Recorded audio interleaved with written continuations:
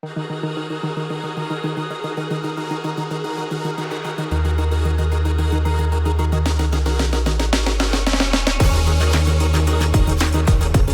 alternative to that is letting Israelis get killed on buses so that Westerners can feel better about the situation in the territories. And I just don't think that's a valid reason to let busfuls of kids get blown up.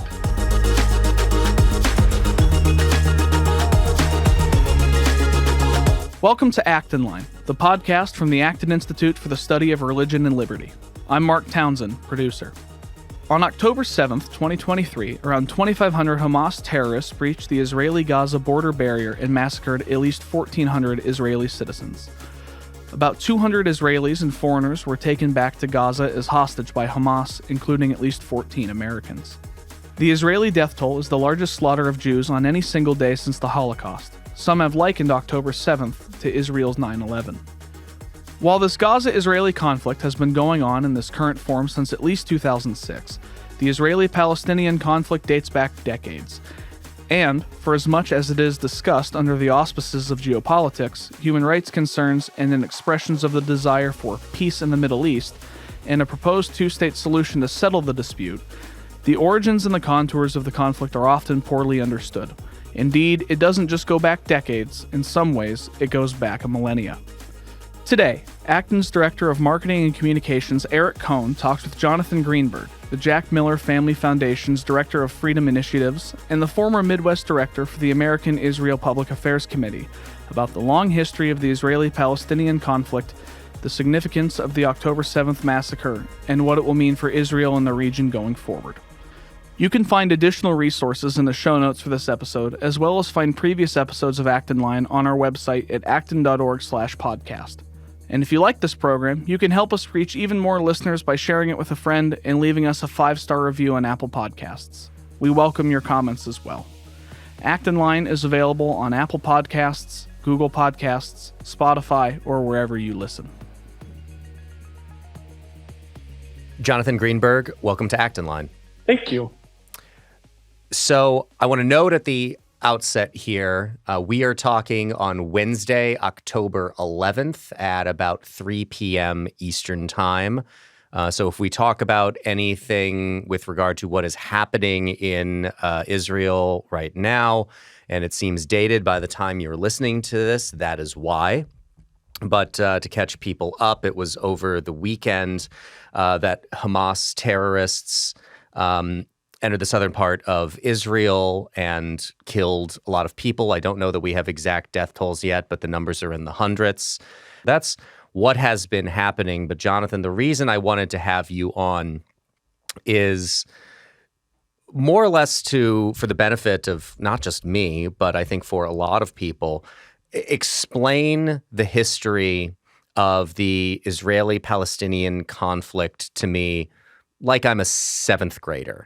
I want to do the real basic what's what of this. So how far do we have to go back to start that story? A lot of narratives that I see will go back to the UN partition plan in 1947. Can we start there? Should we start there? Do we have to go back further? Where would you start telling the story? I would start telling the story with Abraham. Okay. Which is 3,500 years ago. I think that in order to understand why it matters to Jews that the homeland that we want be there, you have to understand the connection to that land going back far into antiquity. And you can't understand that without understanding your Bible. And luckily, I think most of your listeners probably do understand their Bible fairly well. So maybe we can skip forward, but I really don't think that you can understand the connection without understanding going that far back, and also without understanding something about Jewish history and liturgy. Multiple times a day, if you're saying your daily prayers in Judaism, you're talking about Zion being restored, the temple being rebuilt, Jerusalem being reconsecrated, all of us being brought together from the four corners of the earth. Every morning at morning services, we gather together the fringes of our prayer shawls as we say, as we ask God to gather us together back in Israel from the four corners of the earth. And we've been doing that for 1,000 years. So the connection to that particular plot of land is incredibly strong and predates the existence of Islam and, frankly, of Christianity. And so this is it's an ancient connection. It's a connection that's renewed multiple times a day. And I think that in order to understand why it matters to us, you have to go that far back. Now, if I'm being fair, Palestinians have a claim to the land too. It's not a claim that I think is as strong as ours, but they have a claim to it. They were there, many of them, or at least their ancestors were, just like our ancestors were there. So, but I think that if you want to understand from the Jewish perspective the roots of the conflict, you have to understand the roots of the connection, and that's how far back it goes.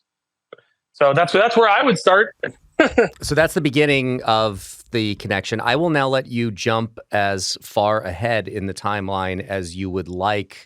Sure. To wherever you think it is necessary to begin explaining the origin of the Israeli-Palestinian conflict as we know it today.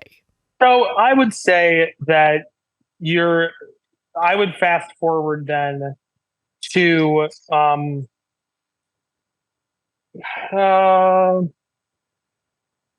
probably the early 1800s, and the rise of Jewish nationalism in Europe as part of the Enlightenment. Nationalism, not the way that we talk about it today, but a splitting up of Europe into identifiable nation states with identifiable borders, and nationalism had swept through Europe. It had, as had the Enlightenment.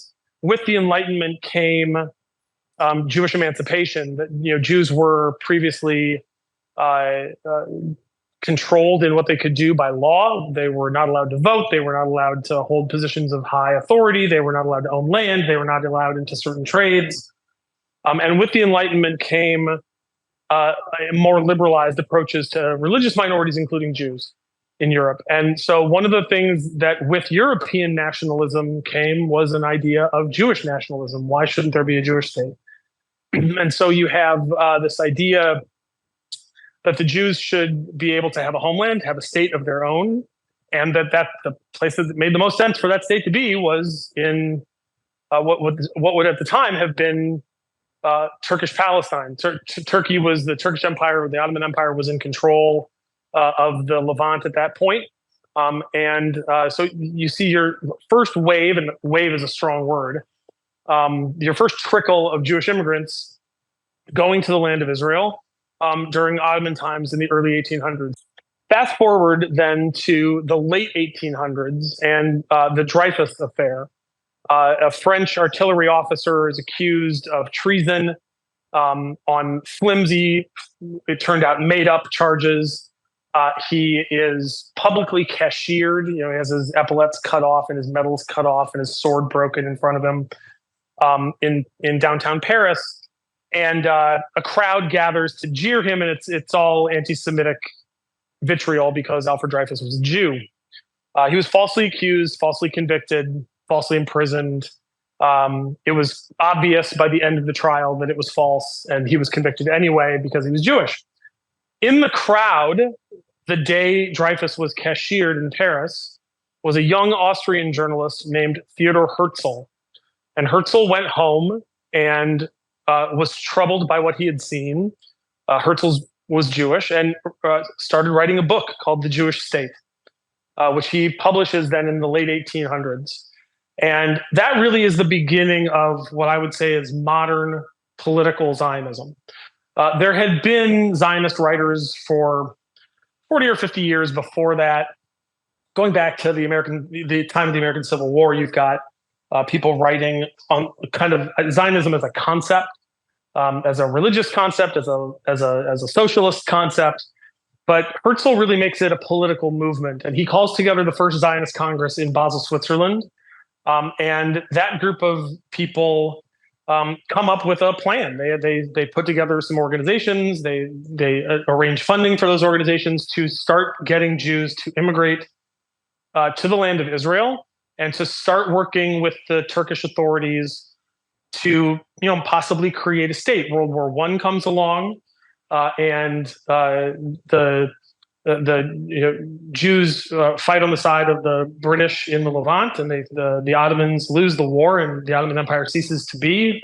Britain is left in control of the Levant, and the the Jewish Zionist effort to establish a homeland gets a guarantee from the British government called the Balfour Declaration. Lord Balfour is the foreign minister of the United Kingdom.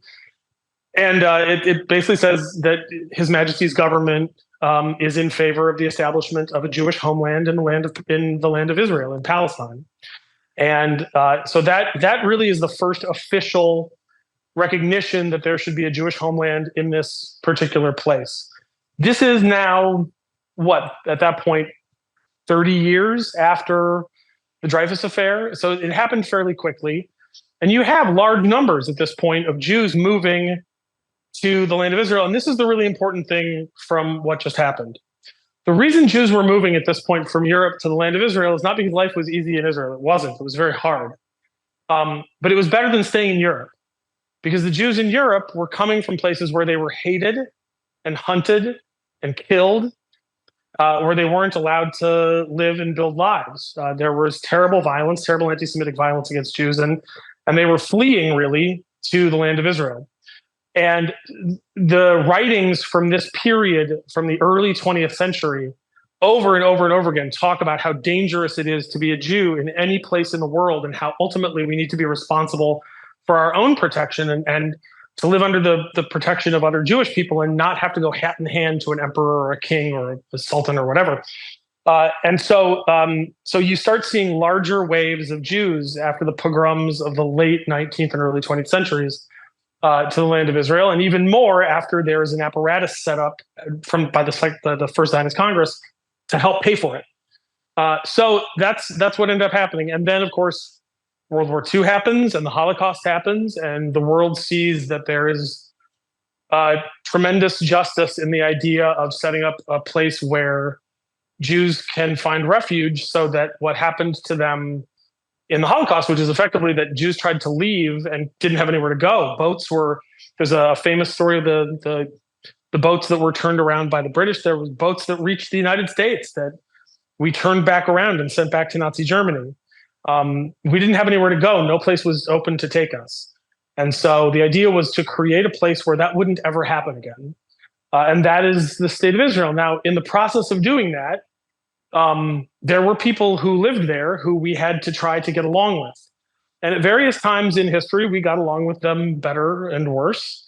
And obviously, I'm telling this story from my perspective, and I think everybody will know what my biases are. And sometimes we succeeded in getting along with them, and sometimes we failed at getting along with them. But largely, the two populations figured out ways to live with one another, especially at the local level. Arab villages and Jewish villages would cooperate, would work together. Not always, but not infrequently. But as more Jews came, and as more Jews prospered in the land, and as the Arab population saw its chances of being independent lessened and lessened, and as other Arab countries around saw the Jewish presence in the land of Israel as an unwelcome usurper in what should be Arab land, you had more and more people being radicalized against that Jewish population. Fights broke out and escalated, and I'm really oversimplifying this, of course, but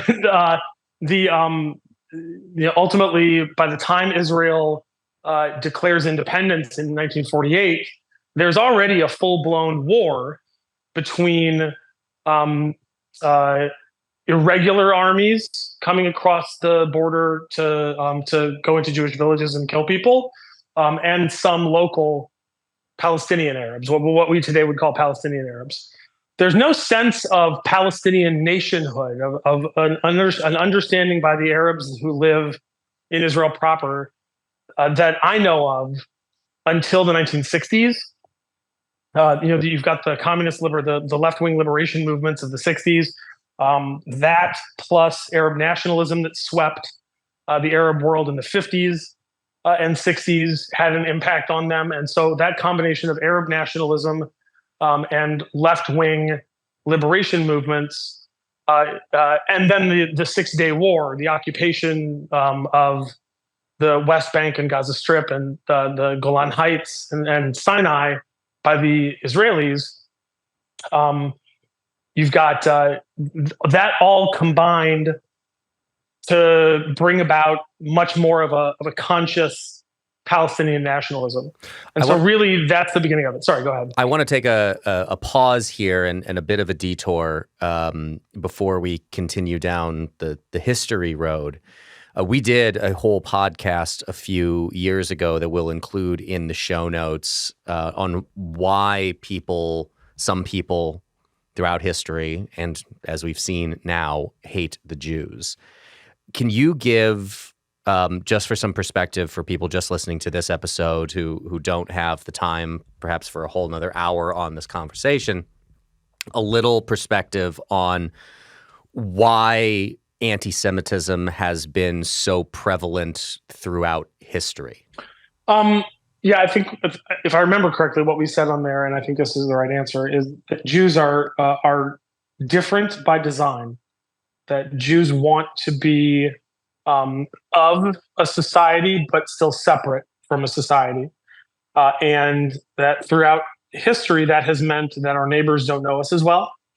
It has meant that things that happen to our neighbors don't necessarily happen to us. A great example is the Black Plague.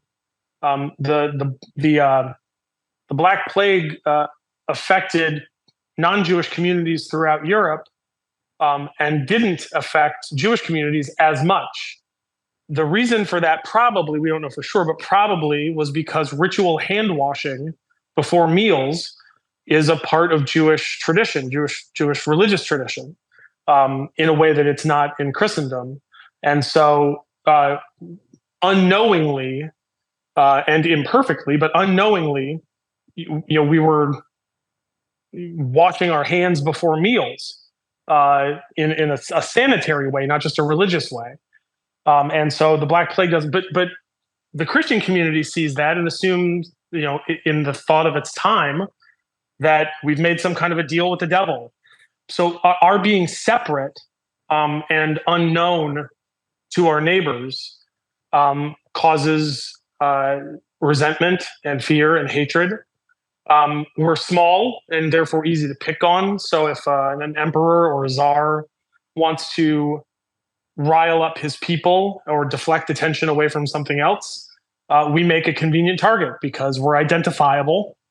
We live close to each other, so you don't have to go all over the city to beat us up. You can just go into one part of the city. We're small and relatively powerless, so we're not going to fight back. So I think those are all kind of the things that we talked about.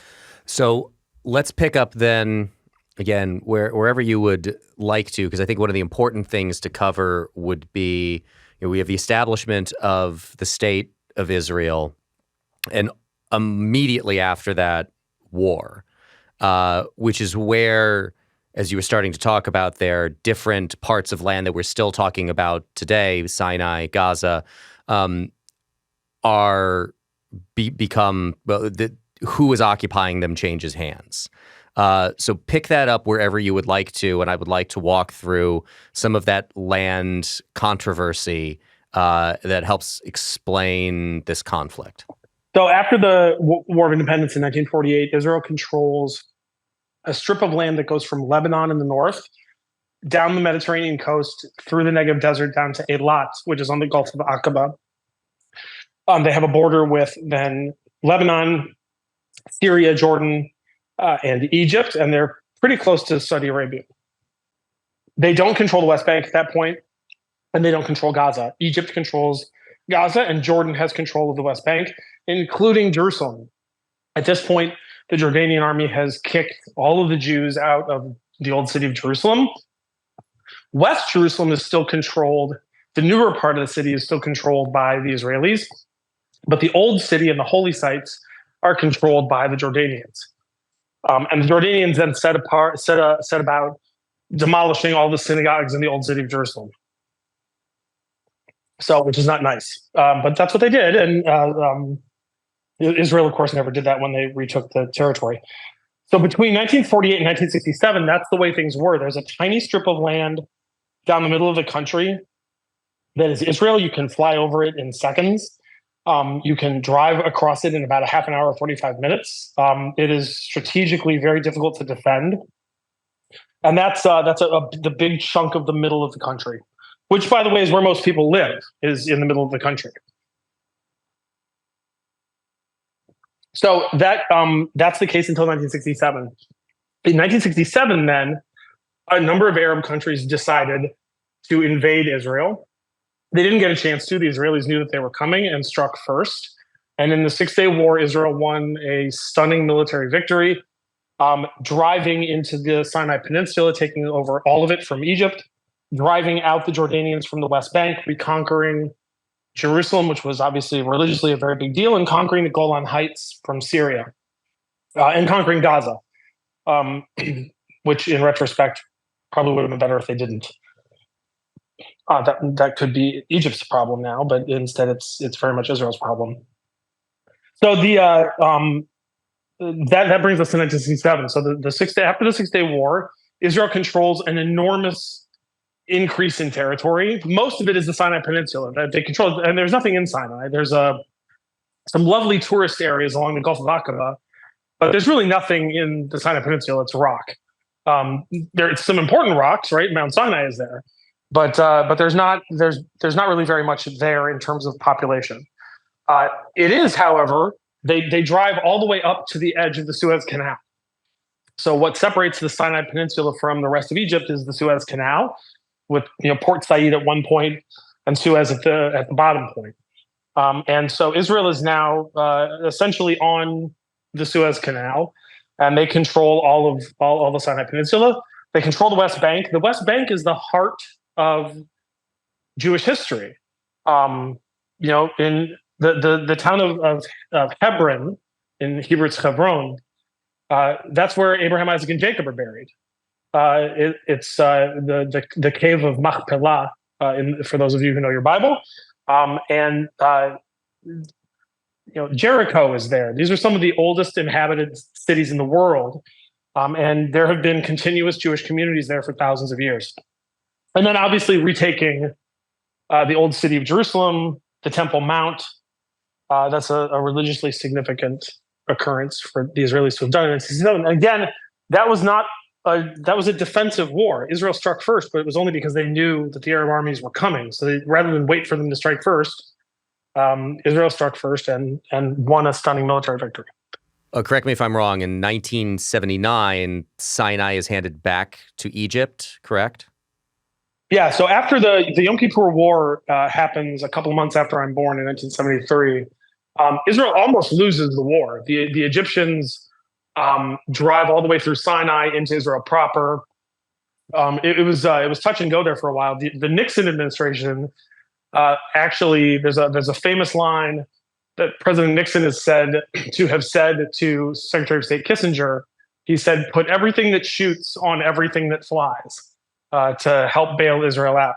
Yeah, so the Nixon administration bails Israel out in the Yom Kippur War. Israel wins the Yom Kippur War, reconquers the Sinai. And then in 1979, as part of a peace deal, Israel trades back the Sinai Peninsula in exchange for peace with Egypt. How did the Oslo Accords come about? Sure. After the Gulf War, remember during the Gulf War, Saddam Hussein sent hundreds of rockets from Iraq into Israel. And Israel held its fire. The Bush administration basically forced Israel to hold its fire. And because the coalition that President Bush had established would not have tolerated Israel firing back. Nobody, especially Arab partners like Saudi Arabia, didn't want to have anything to do with fighting alongside Israel, didn't want to be accused of fighting alongside Israel. And so the Bush administration kept the Israelis from firing back. After the war ended, President Bush was able to continue the arm twisting to get the Israelis to sit down with Palestinian negotiators and begin the process of hammering out what eventually became the Oslo Accords. The Clinton administration continued that, and they came to a fruition under President Clinton. A big part of that was the relationship that President Clinton had with Yitzhak Rabin, who was the prime minister of Israel at the time, and the former foreign minister. Rabin had been, this is something you have to remember about Israeli leaders really up until the last 20 or so years. They were all founding generation leaders. Yitzhak Rabin, who was prime minister in the 90s, was a fighter, a senior officer in the Haganah, which was the pre-state militia in Israel before 1948. He was, a founding generation leader of the military in the state. He had been defense minister a few times. He was a known quantity. Everybody trusted him. The same thing was true of Ariel Sharon, who was prime minister, 20-something years ago now. Right? These were all people who stayed on the scene for a very long time, but had been trusted military leaders and had won victories and had proven their devotion to the state over and over and over again. And so that founding generation of leaders was able to take risks because people trusted them to do it. Not everybody, obviously, but enough people trusted them to do it that they could do it. And I think it probably won't come as a surprise to people to know that just like we don't have that kind of trust in the United States in our government today, Israel is missing that trust today too. That founding generation that was so beloved by people in Israel they passed on from the scene. Shimon Peres died a few years ago. He was the last remaining person from that founding generation. It's a different generation of leadership. So when Oslo was established, I think all of us, I was a college kid, I think at the time, and we were all very excited about what it meant. Peace is at hand, peace in our time. And then a Jewish assassin shot Yitzhak Rabin, and Shimon Peres took over, and a young politician named Benjamin Netanyahu campaigned against both Peres and the Oslo Accords. Rightly, it turned out, saying that Yasser Arafat and the Palestinian leadership had no intention of honoring their side of the bargain, that making a bargain with Yasser Arafat was crazy, that he was a committed terrorist, and that nothing Israel was going to be giving up land and giving guns and creating Palestinian political entities and helping to fund them, all in exchange for promises, words on paper. And that turned out to be true.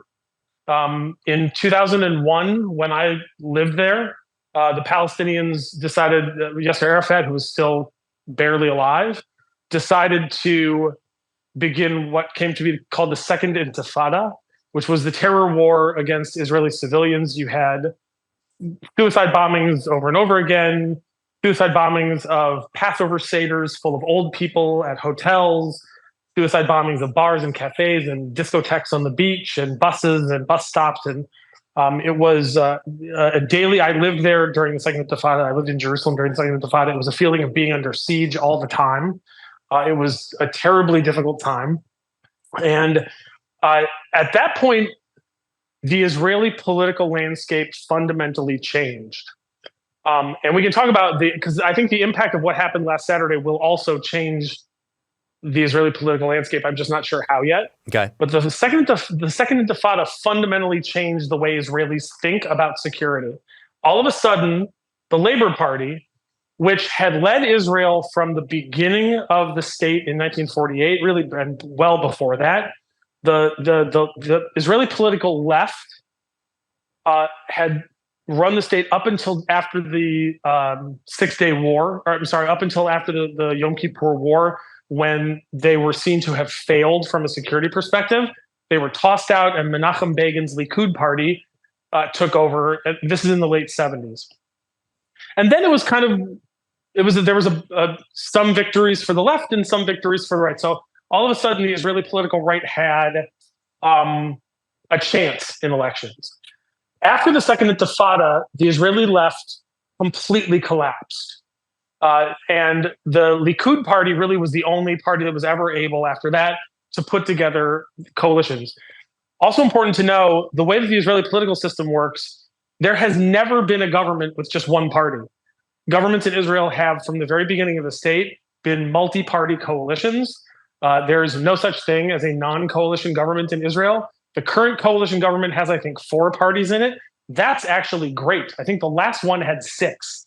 And if you try to imagine the deals that you have to cut as prime minister, the promises you have to make, the things you have to give up to put together a coalition of 6 parties, it's a lot. So the system is set up then to have those coalitions. And for the last 20 years, really, the Israeli political right has dominated politics exclusively on the issue of security. And the left in Israel hasn't really figured out what to offer Israelis that's different. Because you can say, we want to sit down and talk to the Palestinians. That's nice, except Israelis don't believe in that approach anymore. They don't believe anything that the Palestinians say can be taken seriously. They're not willing to give up anything concrete in exchange for words on paper, because they've tried that before and lots of people died. So they're not willing to do that. And so the Israeli political system really has been stuck for the last 20 years. They keep voting in right-wing governments who hold the line, who maintain some kind of a status quo. Nothing gets better. The Palestinians get more angry. And it's a recipe for making everybody angry. But the only alternative is what the left is offering, which already failed. So that's where we are today. Since the Second Intifada, we've had right-wing governments. I would say the government we have now is the most overtly right-wing probably that Israel's ever had. There are a few cabinet ministers who are on the far right of Israeli politics. That's really the first time that's ever happened, where you have people who aren't from explicitly orthodox parties who are very right-wing. And so that's where we are today politically. Why do we shift our perspective then to Gaza? And correct me again if I don't get the history right here. It's in 2005 that Israel pulls out of the Gaza Strip. That's right. So talk to me about that and how Hamas comes to power in Gaza. So I was actually in Israel in 2005 during it's called the disengagement. In Hebrew, it's Hit not Kut.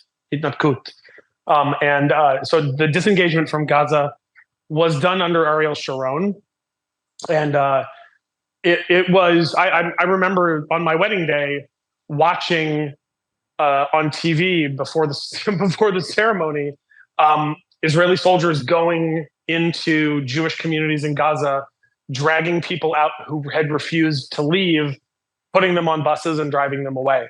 And you have to understand the psychological impact of that happening to Jews, of people watching Jewish soldiers go into Jewish homes and drag Jews out in living memory of the Holocaust. That's a difficult thing socioculturally to do. And yet Israel did it because they believed that the best thing to do was to leave Gaza, to get all the civilians out of Gaza, to remove all the settlements from Gaza, and basically to leave the Gazans to their own devices. And that they were spending a lot of treasure and blood defending these Jewish communities, and better to just pull them out. And that's what they did. So the Palestinian Authority then runs Gaza. The Palestinian Authority runs the West Bank and runs Gaza. They have an election. And that was, just a couple of years later, they have an election in Gaza for local control, and Hamas wins the election. And that's not a big surprise. Hamas is an overtly Islamist organization, whereas the Palestinian Authority is more like a left-wing liberation movement. The Fatah party, which is the political party that controls the Palestinian Authority in the West Bank, is a left-wing liberationist kind of Castroite, the kind of thing Shea would have fought for, revolutionary movement. And Hamas is an Islamist movement. Now, that's not to say that the people in the PA aren't Islamist. They are. They just don't really mean it as much as Hamas does. Hamas actually really means it. They're an overtly Islamist movement. So Hamas wins the election. And then there's a period where they're theoretically trying to cooperate with Fatah, but they hate each other. Hamas and Fatah hate each other. And so ultimately, Hamas just takes over all of Gaza militarily, kills or expels the Fatah activists or Fatah party people, and they have control at that point over Gaza. I don't remember what year that was, but they have control at that point over Gaza. So I think that brings us to kind of the late 2000s. The note I have here is of Israel offering Mahmoud Abbas, once again, recognition of a Palestinian state in all of Gaza, 94% of the West Bank, with East Jerusalem as its capital, and offered to dismantle settlements. This is rejected by the Palestinians. And then, as I have, again, the notes I have here, a lot of these conflicts and major points of history that we've been walking through, other than the lobbing of rockets into Israel periodically, there aren't any other major military conflicts really until what has happened just in the last few days. Is that accurate largely? Yeah, I mean, there have been military operations in the past, called 16, 17 years. There hasn't been a major incursion into Gaza in quite some time by Israeli soldiers, and the reason for that is really simple. The number of Israeli soldiers that will die in an incursion into Gaza has to be worth it. The mission has to be something that's achievable, and whatever is achieved has to be worth the cost in lives. Gaza is basically one enormous booby trap. They are absolutely ready for the Israeli. They want the Israeli army to come in. They want civilians to die. They want to martyr themselves. That's what they want. And so you're fighting not just on the enemy's turf, but on their terms. So it's not something that Israel has wanted to do. And so what you've seen is over and over and over again, when Hamas lobs rockets into Israel in any great number, or there's some kind of terrorist attack, Israel will attack in Gaza, but they're attacking to achieve quiet. They're attacking to return to a status quo of quiet. They're not attacking, and they do damage to Hamas. They kill Hamas officials. They blow up Hamas weapons depots. They expose, Hamas intelligence operations that are in the same building as the Associated Press, with the full knowledge of the Associated Press staff, using the Associated Press's human shields and with their full knowledge. That's another story, I suppose. But their military headquarters are in the basement of the Al-Shifa hospital in Gaza City. And again, they know that the Israelis aren't going to blow up the main hospital in Gaza City. So they hide their headquarters in the basement there. Israel is forced by the international community and by their own morality to fight according to 20th century rules that were written when Westphalian states were fighting each other. And those rules they know those rules. They understand that Hamas knows those rules. They understand those rules, and they take advantage of them now. And so one of the things that I think I would like to see come out of this, which won't, because we'd have to have serious leadership for that to happen, and we don't. One of the things I'd like to see happen is a serious reconsideration of what the international laws of war are, because the enemies of civilization have figured out what our laws are, and they use them against us. So a couple of terms that we've heard frequently over the last few days have described Israeli occupation of Palestinian lands and describe a system of apartheid. Yeah. How would you answer those charges? So first of all, what is apartheid? Apartheid is a system of separation between two groups of people based on racial animosity. In South Africa, which is where the term comes from, it was separation between black people and white people because white people didn't like black people. And you didn't have parts of South Africa where black people were fully integrated into society, and then other parts of South Africa where they weren't. That was the law in South Africa. And it was a racist law, a racist system and a racist law. Israel proper is not divided. There are full citizen Arabs. There are Arab members of the Supreme Court. There are Arab members of the Knesset, the Israeli parliament. There's a very popular Arab news anchor, or Arab Israeli news anchor. Arabs are full citizens within Israel proper. They generally live in Arab villages, but not all of them. Some of them live in cities. Some of the neighborhoods are mixed. Some of the neighborhoods are separated, but that's all by choice. When you get into the West Bank, or what I would call Judea and Samaria, which are the traditionally Jewish names of those areas, when you get into Judea and Samaria, it's different. But it's not different because of racism. It's different because of security. The accusations are there are different roads for Jews and for Arabs in Judea and Samaria. That's true. That's for security purposes. It's because it's dangerous for Arabs to be allowed to use the same roads as Jews in those places because they'll try to hurt Jewish people. There are checkpoints that make it very difficult for Arabs to get from place to place in Judea and Samaria. That's true. And those same checkpoints don't apply to Jewish people. They can go right through. And the reason for that is because it's not Jews who are transporting suicide bomber vests and guns in order to go into Israeli cities and kill people. So that there are even ambulances have to stop at these checkpoints. That's true. And the reason for that is because while inspecting those ambulances before, they've found bomb materials, including when I lived there. So it is true that there's a separation in the West Bank. That separation is based on security needs, very broad blanket security needs. It's not fair. I completely agree. It's not ideal. It's not what Israel would like. Unfortunately, I don't see any other way. The alternative to that is letting Israelis get killed on buses so that Westerners can feel better about the situation in the territories. And I just don't think that's a valid reason to let busfuls of kids get blown up. And Israelis agree. So there is a different system in Judea and Samaria than there is in Israel proper, but it's not based on race, it's based on security needs. So that's the apartheid claim is exclusively meant to demonize Israel. It has no basis in reality, and it's a propaganda tool. What was the second one? Occupation. Yeah, so under international law, there isn't an occupation.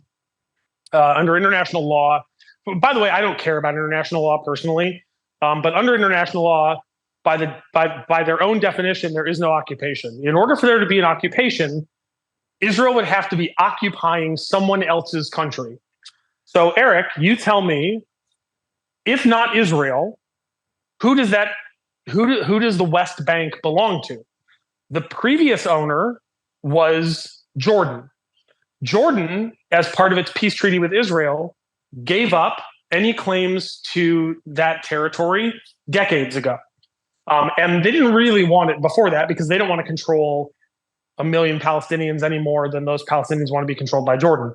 So the country that held it before was Jordan.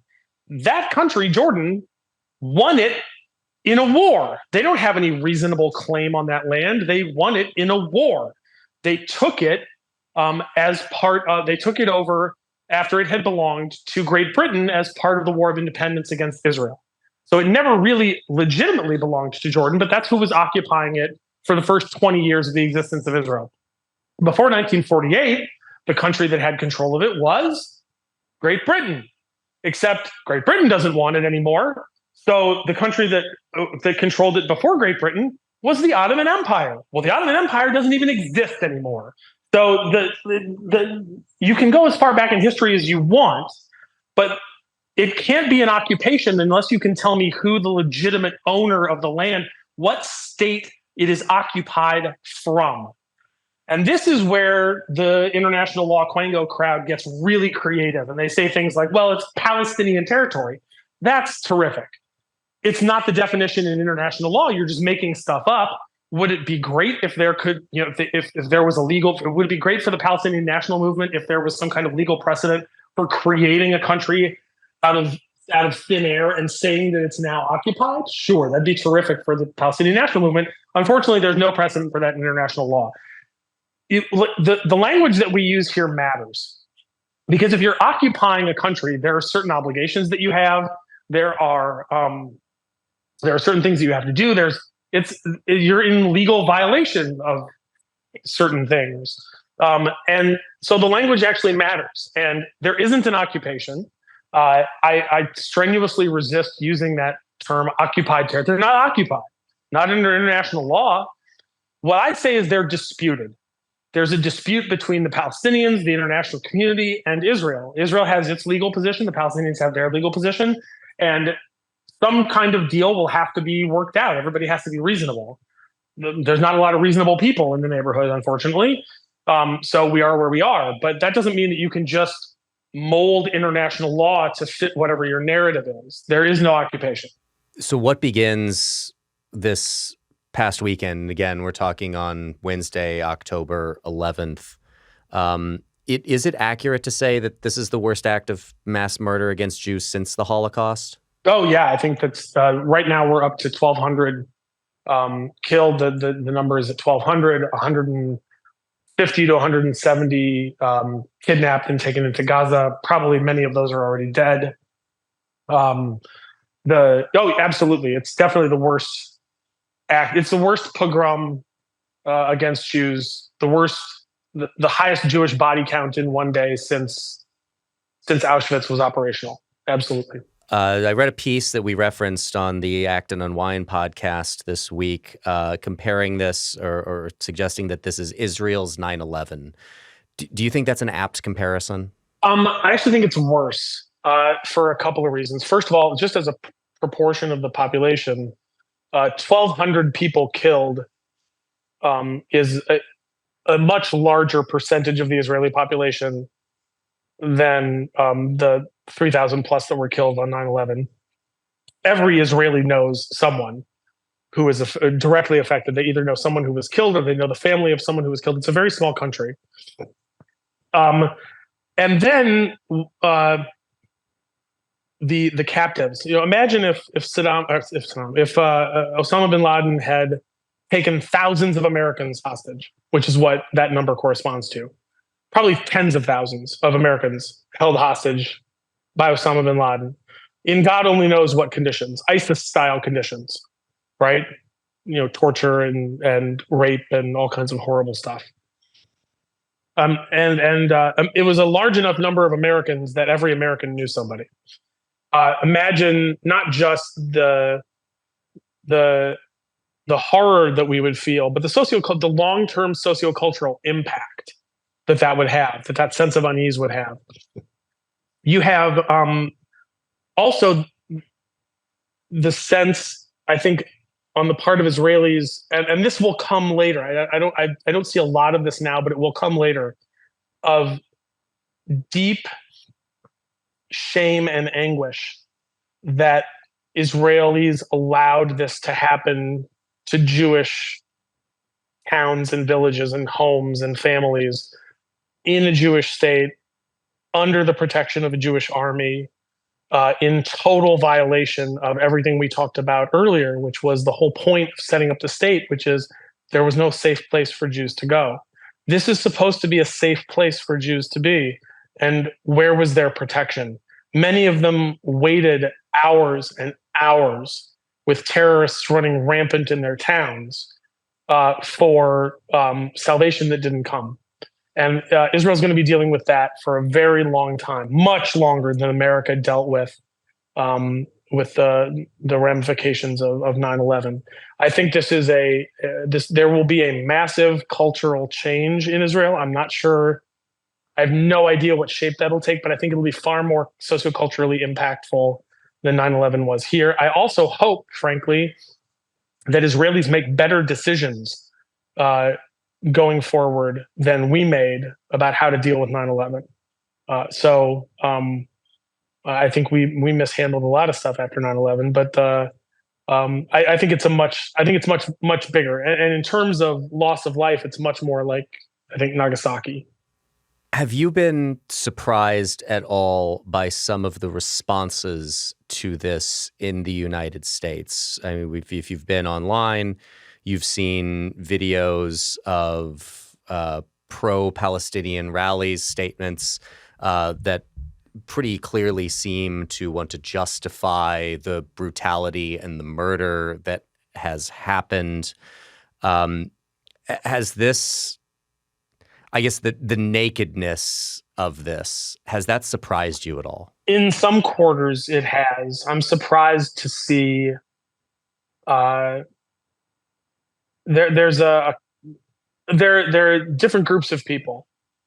There are the people who are virulently anti-Israel, who their whole identity is tied up in being anti-Israel and being pro-Palestinian, and they're never going to change their tune. And any admission that Hamas has done something subhuman hurts their political cause, which they care about more than anything, including their own soul, I guess. And so those people are not. Those people are of course going to defend Hamas, or they're going to lie and say that it's. There's the big move today is there was a report. I don't remember if it was yesterday or the day before, that Hamas had beheaded 40 infants in the kibbutz of Kfar Aza, and the IDF won't show pictures of dead bodies. The IDF never does that because in Judaism, it's not done. It's contrary to Jewish law to show a dead body. It's considered an act of desecration to do that. And so even for international propaganda purposes, they're not going to take pictures of beheaded babies and spread them around. And you've got these Palestinian activists on Twitter saying, basically, show us the beheaded babies. I want to see pictures of beheaded babies, or I don't believe pictures, or it didn't happen. It's really sick. By the way, as if it's not bad enough that they were killed, it matters so much that they were beheaded. I mean, nobody's denying that they went into these little kids' houses and butchered their parents and butchered their siblings and killed them. There's no denial of that. But beheading, that's where we draw the line. So there's that group of people. Nothing they do surprises me. And I also think that part of that group is the group that really believed that these Hamasniks were freedom fighters, that all they wanted was political independence and self-determination and all this other nonsense, where they'd never bothered to listen to Hamas at all. They were infantilizing. There's a big move on the left, especially the American left, that just infantilizes Palestinians, doesn't even bother listening to them, assumes that they want the same things that the American radical left wants. And they don't want that. Hamas wants an Islamist society, and they're perfectly happy slitting throats to get it. And all of a sudden, the left is confronted by the fact that, oh my God, when they talked about murdering Jews, they meant it. And there are some people who can't handle that and double down. And so those people don't really surprise me. Then there are people, I think, of good faith somewhere in the middle who both sides it. Well, in an effort to try to understand it. Well, you have to understand why they feel this, why they're so angry, why they would go into a music festival with a bunch of 20-year-olds and butcher people and rape women. You have to understand why they would do that. And that's also very disappointing and surprising. So I think it's a mixture. of reactions that I have. All of it's disgusting, and frankly, I think the the handy thing about times like this is that people really show you who they are, and it should be remembered that all of the people who weren't able to just condemn this, who had to talk about occupation, who had to talk about apartheid, all the people who couldn't just say, this is reprehensible, it doesn't represent me, it's all everybody who can't just say that, um, we should remember, and those people shouldn't be taken seriously again. I have two more questions for you. The first is, what is Iran's role in all of this? They control everything that Hamas and Hezbollah do. There's no doubt in my. Well, by the way, there'll be an investigation into this. I'm sure a lot more information will come out. My gut instinct is, before we're actually knowing anything, so I don't have any insider information on this, but my gut instinct, as an educated observer, is that the entire operation on Saturday was planned with Iran's help. Iran supplies all of the money and munitions and explosives and weapons to Hamas and to Hezbollah. They are the main benefactor of both of those groups. So they're ultimately responsible for all of it anyway. But my guess is that there's a significant amount of Iranian intelligence that went in to that attack. And I'll tell you why I think that. The attack started with suicide drones, technology that was given by Iran to Hamas, and then Iran captured from us, by the way. Suicide drones that were flown into the cameras that Israel maintains on the border fence. Now, I've been to that border fence. I've been to the Kerem Shalom crossing, and I've driven around the border fence. When you go into any part of a building on the Kerem Shalom crossing, which is an administrative center that supplies goods into Gaza, you have to check your phone into a metal box. You're not allowed to take your phone with you. They make you check it in because they don't want people taking pictures of where camera positions are. So I've been in the control center at the Kerem Shalom crossing, which is where you can see where all of the cameras are. And I didn't have my phone with me because they didn't want me taking pictures. It's a very secure facility. Somehow they knew where all of those camera positions were. And the first thing that they did was blind Israeli security using suicide drones. There's no way that they knew that without Iranian help, or at least some state actor helped them, and the most likely state actor is Iran. So, I mean, I think it's overwhelmingly likely that Iran was very involved in the planning, certainly in the funding, certainly in the arming. And we'll learn more about that in the coming months, I would imagine. I said I had two more questions. I had three more questions. The second now is, it had been Israel that was providing, to my understanding, electricity and power to Gaza, as well as some other forms of basic supply, and that has been cut off. This has been heavily criticized by people in the always ambiguously defined international community. What is the origin of Israel, again, being the provider of something like electricity to this area?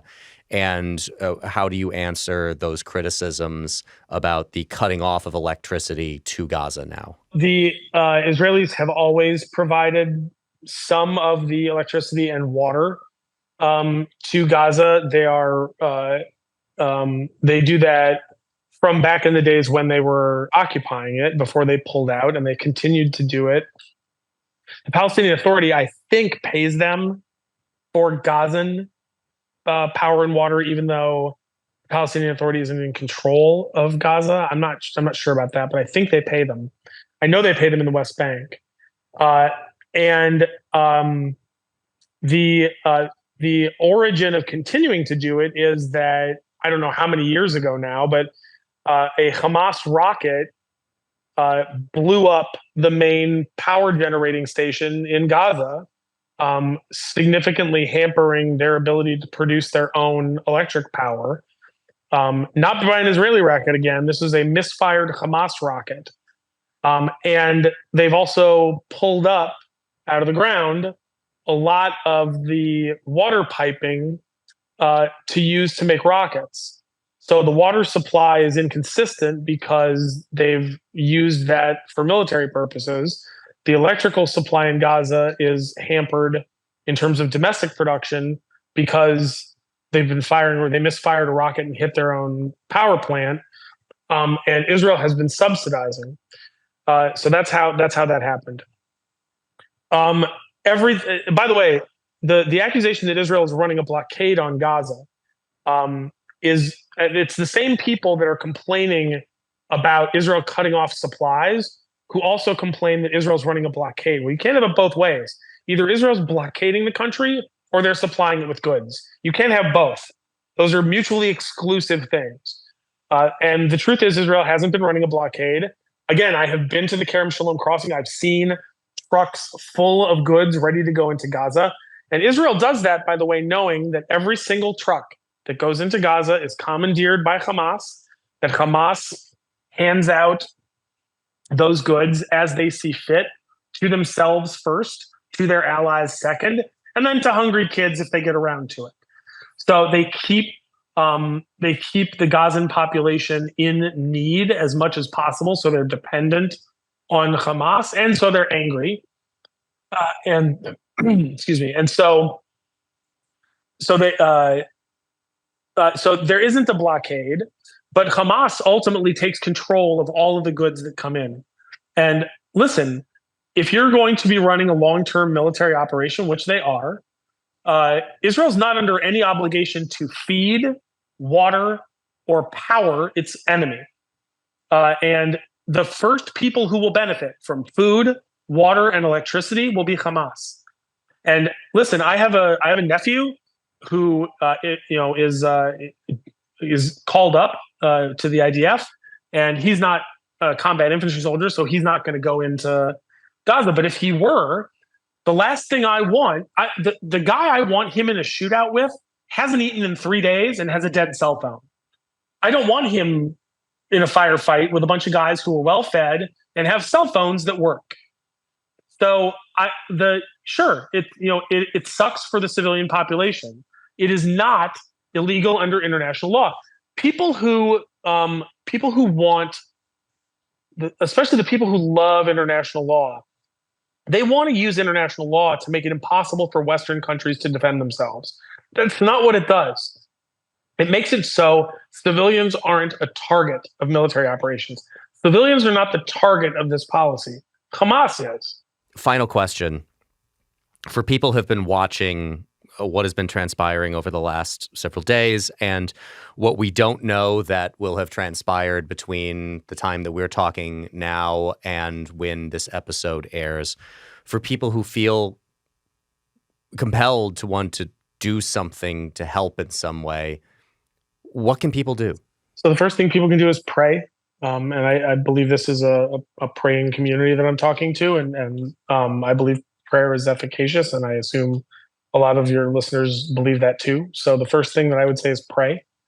The second thing I would say is call your members of Congress and your senators and ask them to ask the Biden administration to give Israel time. This is going to take a lot of time. And there are going to be some really awful pictures and videos that we're going to see of Palestinian kids who have been killed. It's going to get ugly because Hamas hides behind those kids. The moral responsibility for every death that comes in Gaza is on Hamas. It is not Israel's moral responsibility that Hamas chooses to hide behind children. Israel's not going to let that stop them this time. They can't. So once those videos and pictures start to show up, the resolve of the Biden administration to give Israel time is going to be tested. And what they need to be hearing from members of Congress is that the constituents want Israel to have time. Don't force Israel to stop prematurely. So I would say call members of Congress. And I ask people to do this because the other side is very effective at this, pushing for ceasefires, pushing for status quo. pushing for forcing Israel to stop what it believes it needs to do. There shouldn't be any pressure. Israel should be able to pursue their military objectives until they have accomplished them, no matter what the cost. And we have to, especially when those pictures and videos start coming out, as they will, and the people who we were just talking about who are pro-Hamas, they're going to be using that as propaganda to try to get the world to intervene. The world keeps stopping Israel from defending itself. That time has passed. Israel, after this outrage, Israel needs to be allowed the time and space to pull Hamas out root and branch. And that's going to take time, and there will be civilian casualties. And we need to tell our members of Congress and our senators to allow Israel time. Pass that information on to the Biden administration. Allow Israel time. So those are the two things I think most immediately that Americans can do: pray and make those calls. Jonathan Greenberg, thanks so much for joining us today on Acton Line. You're welcome.